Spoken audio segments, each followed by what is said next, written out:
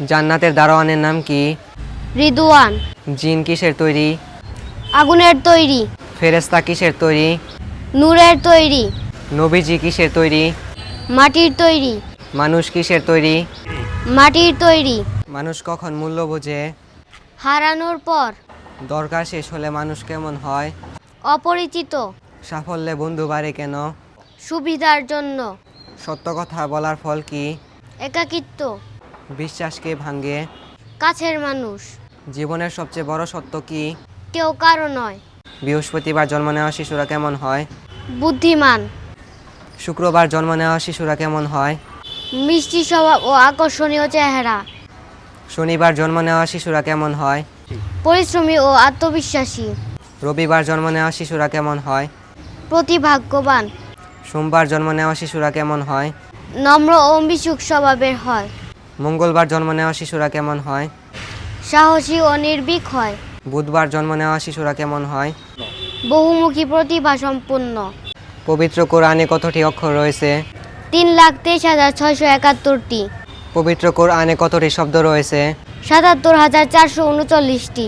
পবিত্র কোরআনে কতটি আয়াত রয়েছে? 6,236টি। স্বপ্নে সাদা কাপড় পরা দেখলে কি বোঝায়? পবিত্রতা বা শান্তি। স্বপ্নে মাছ দেখলে কি বোঝায়? আল্লাহর রহমত। স্বপ্নে প্রাণী দেখলে কি হয়? রিজিক ও জ্ঞান লাভ করা।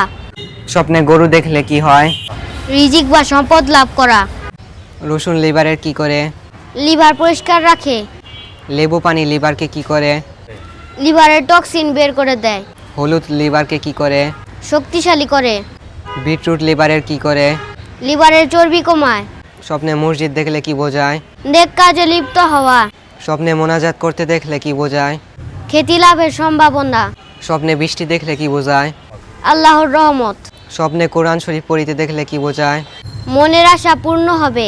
একটি বজ্রপাত কত ভোল্ট পর্যন্ত সৃষ্টি করতে পারে? প্রায় 1 কোটি ভোল্ট। একটি বজ্রপাতের তাপমাত্রা সর্বোচ্চ কত হতে পারে? প্রায় 30,000 ডিগ্রি সেলসিয়াস। কোন কোন পদার্থ বজ্রপাতকে আকর্ষণ করে? তামা ও লোহা।